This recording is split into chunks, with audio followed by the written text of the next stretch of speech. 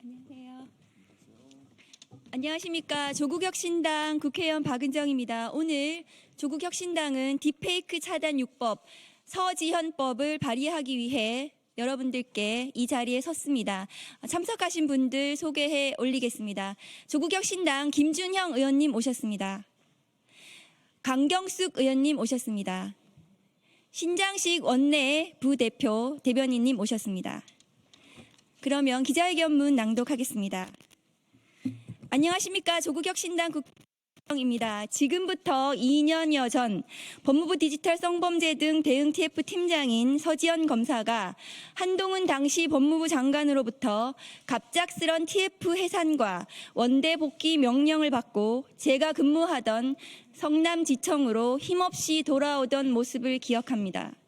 서지현 검사가 꾸리던 법무부의 TF는 우리 사회에 만연한 디지털 성범죄에 대응하기 위하여 반드시 마련해야 하는 법과 제도들에 대하여 성실하게 권고하고 해결책을 제시하였습니다.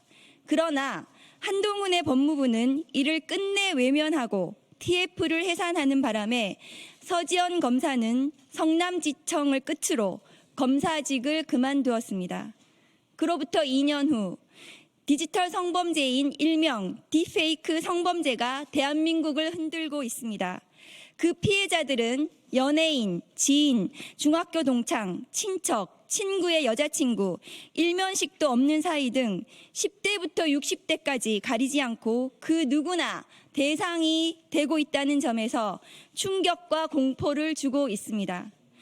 디지털 성범죄를 예방하고 피해자 보호에 앞장서야 할 여성가족부를 오히려 폐지하겠다던 윤석열 정부는 6개월 가까이 여성가족부 장관을 임명하지 않음으로써 딥페이크 성범죄에 대응할 컨트롤 타워마저 없는 상태입니다. 이에 여가부 산하 디지털 성범죄 피해자 센터에서는 피해자들의 간절한 호소에도 불구하고 디지털 성착취물 삭제를 절반도 하지 못하고 있고 딥페이크 성범죄 피의자 중 75.8%가 10대라는 절망적인 현실을 목도하고 있습니다. 또 디지털 성범죄의 온상인 텔레그램이 방송통신심의위원회에 딥페이크 성범죄물 25건을 지우고 신뢰관계를 희망한다는 메일을 보냈음에도 방심위의 류희림 위원장은 디지털 성범죄 피해자 지원센터와 경찰에 텔레그램과의 접촉 창구를 공유하지 않고 있고 윤석열 대통령을 위한 방송 길들이기에만 골몰할 뿐 디지털 성범죄에 대응하는 유관기관간 협력마저도 제대로 되지 않는 총체적 난맥상을 보여주고 있습니다.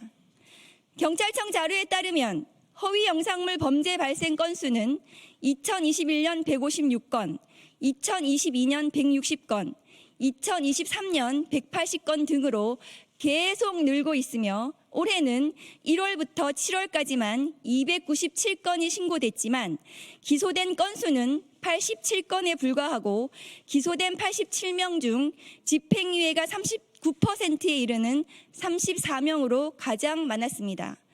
징역형을 선고받은 사례는 27.5%에 해당하는 24명에 그쳤습니다. 과연 디지털 성착취물에 희생당하는 국민 앞에 국가가 존재하는 것인지 묻습니다.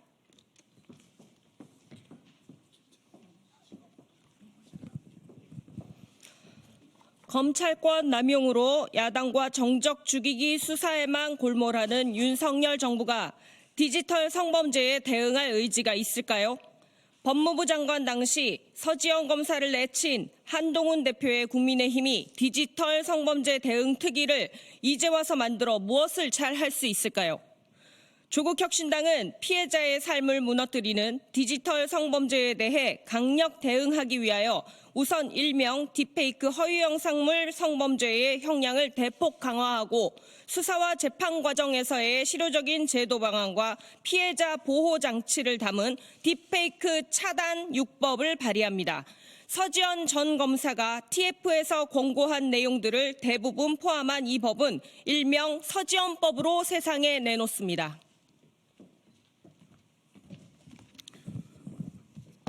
우선 성폭력 범죄의 처벌 등에 관한 특례법 일부 개정 법률안 일명 서지연법에는 허위 영상물, 즉 딥페이크 등의 반포 등의 죄에 대한 형량을 5년 이하의 징역에서 7년 이하의 징역으로 강화하고, 디지털 성범죄에 대한 신고를 받은 사법경찰관이 피해 영상물 체증 등의 응급조치를 할 수 있는 근거를 마련했으며, 디지털 성범죄에 제공되거나 취득한 물건을 몰수, 추징할 수 있도록 했습니다. 또한 신분 비공개 수사나 신분 위장 수사를 통해 범인 체포, 증거 수집을 할 수 있도록 근거를 마련했으며, 피해 영상에 대한 보전 명령, 피해 영상에 대한 압수 특례 규정 등을 신설해서 피해자의 사생활을 보호하면서도 증거를 확보할 수 있도록 했습니다. 한편 TF에서 권고한 대로 통신매체 이용 등 음란 행위에서 규정하는 성적 수치심이나 혐오감 용어를 삭제하고, 그동안 여성계와 시민사회의 오랜 요구인 성적 욕망 내지 만족을 위한 목적으로 성적 언동을 하는 성적 괴롭힘, 섹슈얼 허래스먼트를 처벌할 수 있는 근거 규정을 신설했습니다.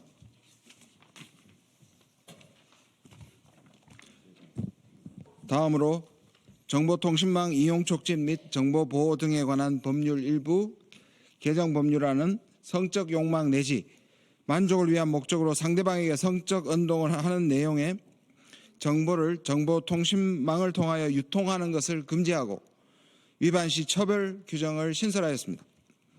형사소송법 일부 개정 법률안에서는 피해자 등에게 정인신문에 의하지 않는 의견 진술, 서면에 의한 의견 진술을 보장하고, 이와 같은 피해자의 진술이 양형에 참작될 수 있도록 하여 피해자 진술권을 강화하였으며, 재판정에서 유무죄 인정과 무관한 피해자의 성적 이력, 평판 등 사적 정보에 관한 신문을 제한하도록 하고, 신문이 제한된 사항에 대한 진술이 있더라도 증거 능력을 제한하여 피해자 보호 장치를 강화했습니다.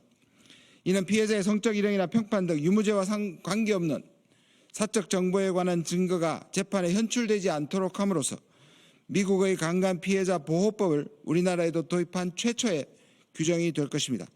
이외 형법 일부 개정 법률안, 소송촉진법 일부 개정 법률안, 보호관찰법 일부 개정 법률안을 통해 회복적 사법 및 피해자 관점의 요소를 명시하여 양형 요소를 구체화하고, 배상명령 대상을 디지털 성범죄 전반으로 확대하여 피해자의 피해 회복을 강화하며 온라인상의 캐릭터, 아이디 등 디지털 데이터와 물건에 접근하는 방식을 포함하여 피해자 등에 대한 접근 금지 등 보호관찰 대상자의 준수사항을 추가하여 피해자 보호 강화 및 성범죄로 인한 피해 회복에 중점을 두었습니다. 디지털 성범죄는 젠더 문제가 아니라 폭력의 문제입니다. 윤석열 정부는 디지털 성범죄 온상이 된 텔레그램에 대하여 총력으로 대응하고, 최대한 신속하게 수사하고 영상물을 차단, 삭제해 피해자들을 보호해야 합니다. 그리고 가해자에 대한 정의로운 처벌만이 피해자 치유의 첫걸음이라는 사실을 명심해야 합니다. 조국혁신당은 디지털 성범죄를 근절하기 위하여 오늘 발의하는 서지연법을 반드시 관철시키겠습니다. 안전한 대한민국을 위하여 모든 노력을 기울이겠습니다. 감사합니다.